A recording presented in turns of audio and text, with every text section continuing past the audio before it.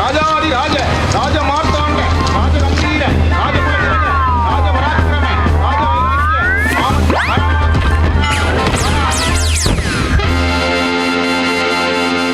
வணக்கம் மக்களே. வணக்கம் போல பரபரப்புக்கும் சுவாரஸ்யத்துக்கும் கொஞ்சமும் பஞ்சம் இல்லாம ஏகப்பட்ட விஷயத்தை உங்களுக்காகவே கொண்டு வந்திருக்கோம். தர்பாரை தொடங்கிடலாமா?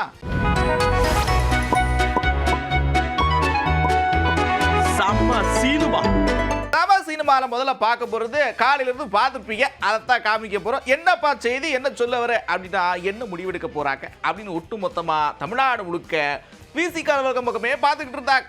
அதை நீங்களும் பாருங்க.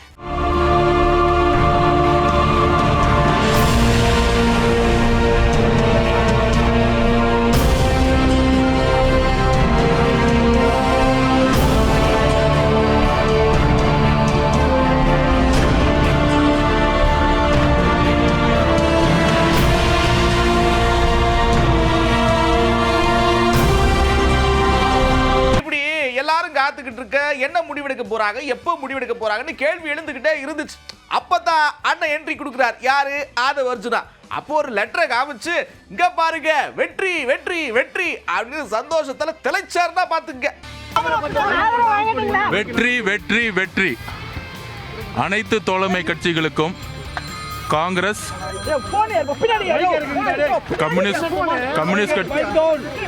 காங்கிரஸ் தோழர்களுக்கும், கம்யூனிஸ்ட் கட்சி தோழர்களுக்கும், கம்யூனிஸ்ட் கட்சி மார்க்சிஸ்ட் தோழர்களுக்கும், என்னுடைய ஆசான் அண்ணன் திருமாவளவன் விடுதலை சிறுத்தைகள் கட்சியோடைய அனைத்து தோழர்களுக்கும் எங்களுடைய நன்றி. ஜனநாயகம் காக்கப்படும். மக்களுடைய ஆதரவுடன் தமிழகத்தின் முதலமைச்சராக எங்களுடைய தலைவர் விஜய் அவர்கள் உருவாவார்கள். நன்றி, வணக்கம். அப்புறம் என்ன, எல்லாம் முடிஞ்சு போச்சு. 118 கிடைச்சாச்சு. சத்தம் பத்தாது, விசில் போடுன்னு ஒரே கொண்டாட்டம்.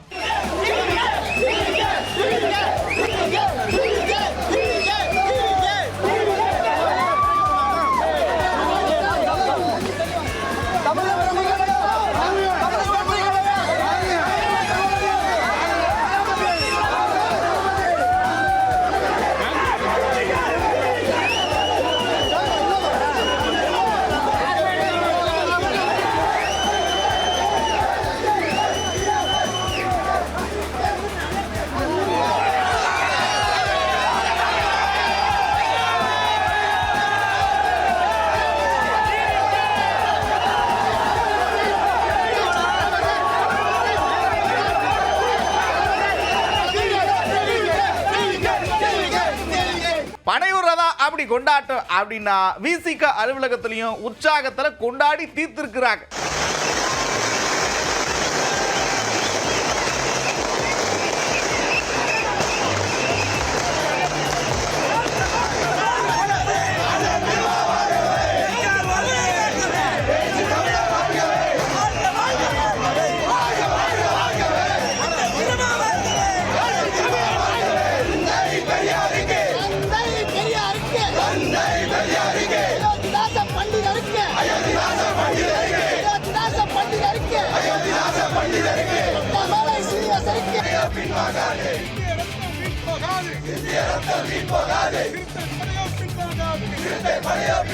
அப்பாடா, இருந்த சிக்கல் எல்லாம் தீர்ந்துச்சு, 118 கிடைச்சிருச்சு அப்படின்னு நிம்மதி பெருமூச்சு விட்டவங்களுக்கு ஆஹா ஸ்வீட் கொண்டாடு அப்படிங்கிற மாதிரி போனஸ் பாயிண்ட் கிடைச்சிருக்கு. அப்படி என்னப்பா விஷயம்னா, ஐயோ மேல ஆதரவு கொடுத்திருக்கிறாங்க.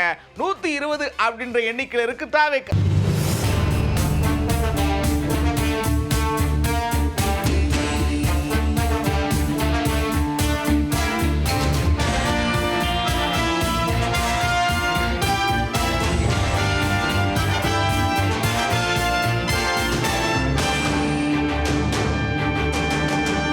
இப்படி ஏகப்பட்ட பரபரப்பு, நொடிக்கு நொடி தான். இப்படி தண்ணி குடிச்சிட்டு வரதுக்குள்ள நிலமெல்லாம் மாறி போயிருக்குன்னா பாத்துங்க. அப்படித்தான் பாருங்க, நேத்து ஒரு சம்பவம் ஆகி போச்சு. அதை பார்த்துருப்பீங்க. என்னன்னு பாருங்க, எங்க எம்எல்ஏவா காணுமாப்பா அப்படின்னு டிடிவி தினகரன் புகார் கொடுக்க, நான் இங்கதான் இருக்கேன் அப்படின்னு அடுத்து அவரு வர, இப்படி ஏகப்பட்ட ட்விஸ்ட்.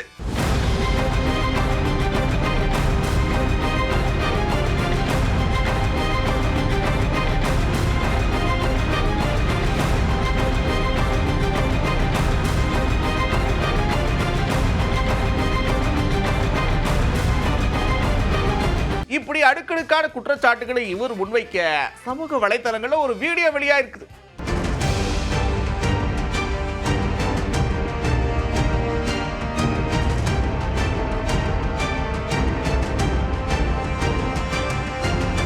எந்த பிரச்சனையிலிருந்து எந்த நேரத்தில் என்ன பிரச்சனை வரும்னே தெரியாம பக்கு பக்கு பக்குன்னு எல்லாரும் காத்துக்கிட்டு இருக்க. அடுத்து பாருங்க, அண்ணன் சி.வி. சண்முகம் தலைமையில் அதிமுக எம்எல்ஏக்கள் சில பேர் ஆலோசனை பண்ணிட்டு இருக்கிறாங்க.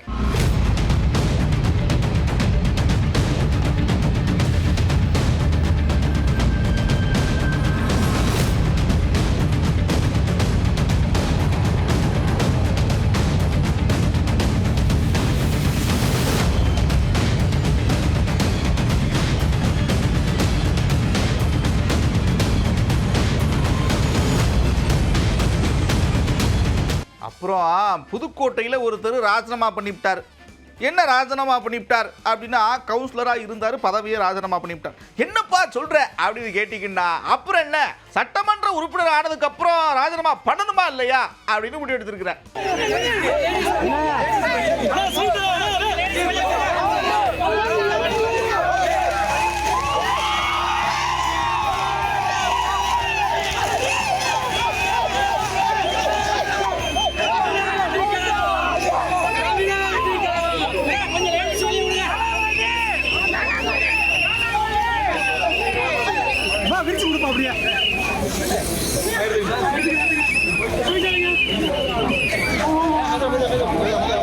அப்புறம் பாருங்க, கடந்த சில நாட்களாகவே இந்த சைகை தான் ட்ரெண்டிங்லேயே போயிட்டு இருக்கு. என்னப்பான்னா, ஒரு விஷயம் என்னப்பா நடந்து முடிஞ்சா என்ன அப்படின்னு கேட்கவும் ஒரு பண்ணுவாங்கல்ல, அது பயங்கர ட்ரெண்டிங்காக போயிட்டு இருக்கு. கொளத்தூரில் ஒரு பக்கம் அவர் பண்ணிட்டு இருந்தாரு, நீங்கள் பார்த்துருப்பீங்க. இப்போ விஜயனுடைய ஓட்டுநர் மகன் சட்டமன்ற உறுப்பினராக இருக்கிறாரு, அது உங்களுக்கு தெரியும். அவர் அதே செஞ்சிருக்கிறார்.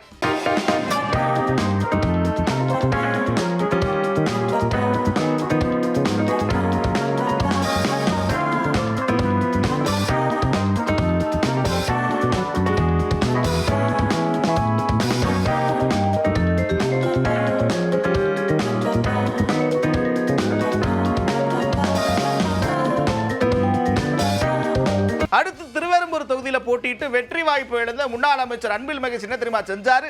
என்னப்பா செஞ்சாருன்னு கேட்க வரீங்க. அது புரியுது. என்ன செஞ்சாருன்னா, வாக்களித்த எல்லா மக்களுக்கும் தொகுதிக்கு போய் நன்றி சொல்லியிருக்கிறார். என்னை பொறுத்த வரைக்கும் உங்க வீட்டு மூத்த பிள்ளையாக இருக்கின்ற அந்த அன்பில் மகேஷ் பொய்யாமொழி துவாக்குடியில் கட்டப்பட்டிருக்கக்கூடிய மாதிரி பள்ளிகள் இருக்கும் வரை, நம்முடைய ஒலிம்பிக் அகாடமி இருக்கும் வரை, அதே போன்று சூரியனிலே கட்டப்பட்டிருக்கின்ற தமிழ்நாட்டில் 2வது ஜல்லிக்கட்டு அரங்கம் இருக்கும் வரை, இங்கே நாங்கள் செயல்படுத்திய ஏறத்தாழ 450 கோடி ரூபாய் மதிப்பீட்டு நல்ல ரோடு போட்டதிலிருந்து, மக்களுக்கு தேவையான செஞ்சு ஏறத்தாழ 18,000 பேருக்கு பட்டா வாங்கி தந்ததிலிருந்து, இப்படி ஒவ்வொரு திட்டங்களும் இருக்கும் வரை இந்த அன்பில் மகேஷ் பொய்யாமொழியை யாரும் மறுக்க முடியாது, மறைக்க முடியாது, மறக்கவும் முடியாது என்கிற விதத்தில் தான் எனக்கு வாக்களித்த மக்களுக்கெல்லாம் நன்றி சொல்வதற்காக முதல்ல இந்த சர்க்கார் பாளையத்திலிருந்து நான் என்னுடைய பயணத்தை நான் தொடர்கின்றேன். தொடர்ந்து பயணிப்போம். வெற்றி தோல்வி அப்படின்னு என்னைக்குமே நிரந்தரம் கிடையாது. யார் மேலும் கீழே வந்துதான் ஆகும், கீழே வரலாம், திரும்பி மேலே வந்துதான் ஆக வேண்டும் என்ற விதத்தில் இங்கே வருகை தந்திருக்கின்ற என்னுடைய தாய் வீட்டு சொந்தங்கள் உங்கள் அனைவருக்கும் என்னுடைய நன்றியை நான் தெரிவித்துக் கொள்கின்றேன். அப்புறம் பாருங்க, இந்த பக்கம் திருச்சி கிழக்கு பரபரப்பு, அப்படி அரசியல் சூடு தக தக தக தக தகன்னு இருந்த ஒரு தொகுதி. அங்க என்ன நடந்துச்சு அப்படின்னா, இனிகோ இருதயராஜ் வெற்றி வாய்ப்பு இழந்தார். உங்க எல்லாத்துக்கும் தெரியும். அவரும் போய் நன்றி தெரிவிச்சிருக்கிறார். வாக்காளர் பிரிவுகளுக்கு, திருச்சி கிழக்கு தொகுதி வாக்காளர் பிரிவு மக்களுக்கு திராவிட முன்னேற்ற கழகத்தின் சார்பாக போட்டியிட்ட இனிகோ இருதயராஜ் அவர்கள் நெஞ்சார்ந்த உணர்வுபூர்வமான நன்றி நன்றி நன்றி நன்றி நன்றி நன்றி என நன்றி சொல்லி வந்து கொண்டிருக்கிறார்கள். வாக்காளர் பெருமக்களை, திராவிட முன்னேற்ற கழகத்துக்கு வாக்களித்த அத்துணை உணர்வுபூர்வமான நன்றியை நன்றி. ஒன்னா ரெண்டா அடுத்தடுத்து இப்படி சோதனை எல்லாம் வந்துகிட்டே இருந்தா என்ன பண்றது அப்படின்னு தாவேக்க தொண்டர்கள் என்ன செஞ்சிருக்கிறாங்கன்னா, வழிபாடு நடத்தி இருக்கிறாங்க.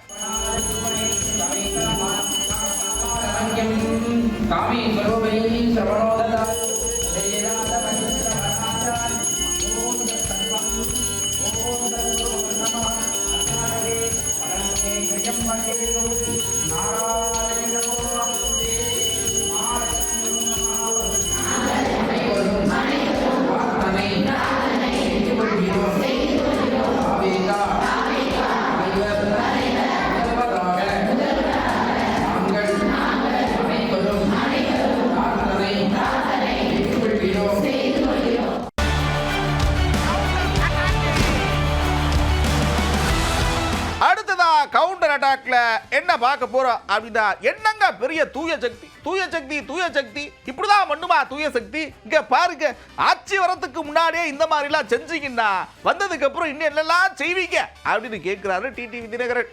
இன்னொன்று, அந்த கடிதம் எங்க அவங்க வாங்கியிருந்தாங்க தானே எடுத்து போயிருப்பாங்க. அப்போனா என்ன அவங்க ஒத்துக்கிறாங்க, எங்கள் அப்பா பொறுப்புலர் இல்லைன்னு சொல்கிற மாதிரி பேரம் பேசிட்டு அவர் என்ன விஜய் வந்து எங்களுக்கு மாமனா மச்சானா, இல்லை நாங்கள் எங்கள்கிட்ட வந்து ஜஸ்ட் லைக் தட் இவருக்கு என்ன காமராஜ் வந்து விஜய்க்கு பழக்கமா, அப்படியே ஆதரவு கொடுத்தா நேராக போயிடலாம். அவர் கூடவே என்ன பிரதர் நான் சொல்கிறது, போயிடலாம்ல. எல்லாம் அந்த லெட்டர் கொடுக்கலாம்ல, கவர்னர் ஃபோர்ஜரி லெட்டர் கொடுத்துட்டு உடையாந்துட்டீங்களே. காப்பி ஆஃப் த லெட்டர் கொடுத்தது அவர் ஒரிஜினல் இல்லைங்கன்னு கேட்டதும் தரேன்னு சொல்லிட்டு வந்துட்டாங்க. அதனால அவங்க வெரிஃபை பண்ணுறதுக்கு கவர்னருடைய செக்ரட்டரியாக அங்கேருந்து பேசுறது இவர் ரொம்ப ஷாக் ஆகி தான் இவர் கிளம்பி வந்திருக்கார். லெட்டரை அங்கே கொடுத்துருக்காங்களே ஒரு ஃபோர்ஜரியாக ஒரு ஜெராக்ஸ் காப்பி அது கொடுத்துருக்காங்கன்னா அப்புறம் இவர்கிட்ட பேசிக்கலாம். சிங்கிள் எம்எல்ஏ லெட்டர் கொடுத்துட்டோன்னா பயந்துருவாரு, நம்ம அவரை பேசி ஈசி நம்ம பக்கம் ஓட்டு போட வச்சிடலாம்னு நினைச்சிருக்கோம். விஜய் தான் இருந்திருப்பாரு, வேற யாரு? அடுத்து வீடியோ எல்லாம் வந்துச்சு, இந்த ஏகப்பட்ட விஷயம் எல்லாம் நடந்துச்சு. அதுக்கெல்லாம் காரணமானவர் யார்? காமராஜ். அவர்கிட்ட தெரியுமா சொல்றாரு, பாருங்க ஒரு பிரஸ் மீட்டை நடத்தி நடந்ததெல்லாம் சொல்லி அவர் மட்டும் தெளிவா நடந்துகிட்டாருன்னா நான் ராஜினாமா பண்ணி போறேன்ப்பா அப்படின்னு தாவேக தலைவர் விஜய்க்கு சவால் விட்டுருக்கிறார். 108 எம்எல்ஏ வச்சிருக்கிற விஜய் ஏன் முயற்சி பண்ணணும்? குறைவான எம்எல்ஏ போற இல்லாத விஜய் ஏன் முயற்சி பண்ணணும்? விட்டுட்டு போக வேண்டியது அடுத்த ஆப்ஷனுக்கு. அரசியலமைப்பு சட்டம் என்ன சொல்லுது, கான்ஸ்டியூஷன் என்ன சொல்லுது? மெஜாரிட்டி இருந்தால் மூவ் பண்ண, இல்லைன்னா விட்டுட்டு போக வேண்டியது தானே. அவருக்கு 117 இல்லை 18 இல்லை, அப்புறம் ஏன் முயற்சி பண்றாங்க? என்னங்க நீங்க ஆளாளுக்கு என்ன நடந்தாலும் நாங்க தான் காரணம்னு சொன்னா எப்படி? நாங்க தான் உங்களுக்கு தெளிவுபடுத்திட்டோம்ல, யார் ஆட்சிக்கு வந்தாலும் நாங்க வாக்களிக்க மாட்டோம், நாங்க ஓரமா நிக்கிறோம்னு சொல்லிவிட்டோம். இருந்தாலும் இதுக்கு எடுத்தாலும் எங்களையே சொல்லிக்கிட்டு இருக்கீங்க. அவர் முதலமைச்சர் ஆகக்கூடாதுன்னு தடுக்கிறது யார் தெரியுமா அப்படின்னு தமிழிசை சவுந்தரராஜன் சொல்லியிருக்கிறாங்க. யார சொல்லியிருக்கிறாங்கன்னு பாருங்க. தனிப்பெரும் கட்சியை நீங்கள் அழைக்க வேண்டும் என்று சொல்லிவிட்டு பின்னால் இருந்து அதற்கு பல முட்டுக்கட்டைகளையும் போட்டுக் கொண்டிருக்கிறார்கள். ஆக வெளித்தோற்றத்தில் விஜயை ஆதரிப்பது போல ஒரு தோற்றத்தை ஏற்படுத்திவிட்டு எல்லோரும் முட்டுக்கட்டை போட்டுக் கொண்டிருக்கிறார்கள். அதுதான் இன்றைய அரசியல் சூழ்நிலையாக இருக்கிறது. கம்யூனிஸ்டுகள் ஆதரவை தெரிவித்து விட்டு மத்தியில் இருந்து பாரதிய ஜனதா கட்சி ஆளுநருக்கு அழுத்தம் தருகிறது என்று சொல்கிறார்கள். அதிலும் உண்மை இல்லை. ஆக இவர்கள் எல்லாம் தங்களது அரசியல் லாபத்திற்காக, சுய லாபத்திற்காக முடிவுகளை எடுத்துவிட்டு பாரதிய ஜனதா கட்சியை பழி சொல்வது எந்த விதத்திலும் நியாயம் இல்லை. அதே போல் காங்கிரஸ் அவர்கள் ஒட்டுமொத்தமாக திராவிட முன்னேற்ற கழகத்திடம் இருந்து தனது நட்பை முறித்துக் கொண்டு இன்று அவர்களே எத்தனை எம்எல்ஏக்கள் அவர்களுக்கு ஆதரவு தருகிறார்கள் என்ற ஒரு எண்ணிக்கை இல்லாமல் ஹைதராபாத்திற்கு சென்றிருக்கிறார்கள். ஆக எல்லோரும் சுயநலத்திற்காக தங்களது அரசியல் நகர்வை செய்துவிட்டு ஆளுநர் மீதோ பாரதிய ஜனதா கட்சியின் மீதோ பழியை சுமத்துவது சரியல்ல. ஒட்டுமொத்தமா தமிழ்நாட்டையே பரபரப்போட உச்சிக்கு கொண்டு போய் உட்காரச்சதுக்கு அப்புறம் ஆதரவு கடிதத்தை கொடுத்தாங்க விசிக.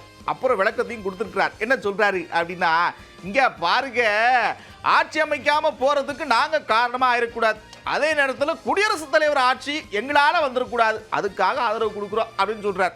ஒரு கிரைசிஸ் இதில் வந்து நாங்கள் எந்த கமிட்மெண்ட்ஸும் கிடையாது, எந்த டேர்ம்ஸ் அண்ட் கண்டிஷனும் கிடையாது, எந்த பார்கெனிங் பேரமும் கிடையாது.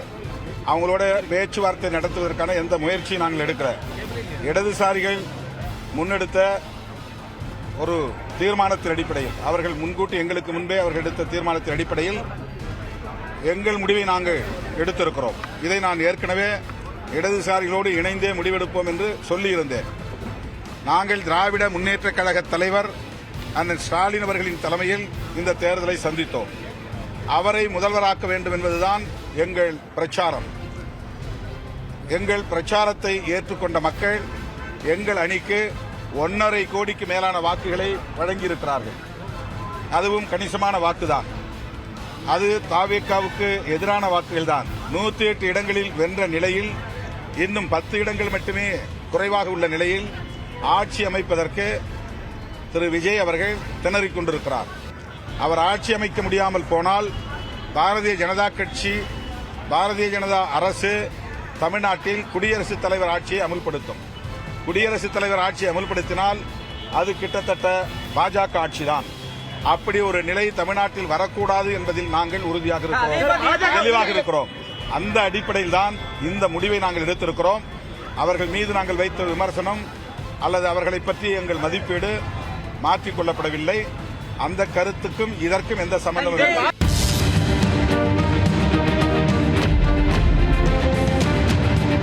எப்பா வெயிலாயுது, இதுக்கு வேற ஏதாவது பேர் வைங்கப்பா, முடியலப்பா, தாங்க முடியல அப்படின்னு எல்லாரும் கதறிக்கிட்டு இருக்கக்கூடிய சூழல்ல கோடை மழை பெய்ஞ்சிருக்கு. ஏகப்பட்ட பேர் நிம்மதியா இருப்பீங்க. ஆனா அதே நேரத்துல இது நல்லதா இல்ல ஏதாவது பின்விளைவுகளை ஏற்படுத்துமா அப்படின்னு மக்கள் கிட்ட கேட்டிருக்கோம். மக்கள் பல விதமான கருத்துக்களை சொல்லியிருக்காங்க. பாத்துருமா?